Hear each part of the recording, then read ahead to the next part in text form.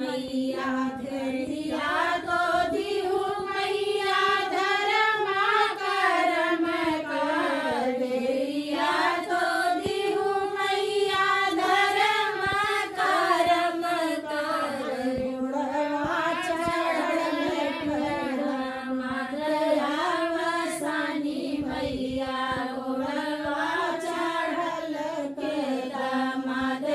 माधयावसानी मैया ससुर में दिहु मैया सात पाँच देवरा जेठा ससुरे में दिहु मैया सात पाँच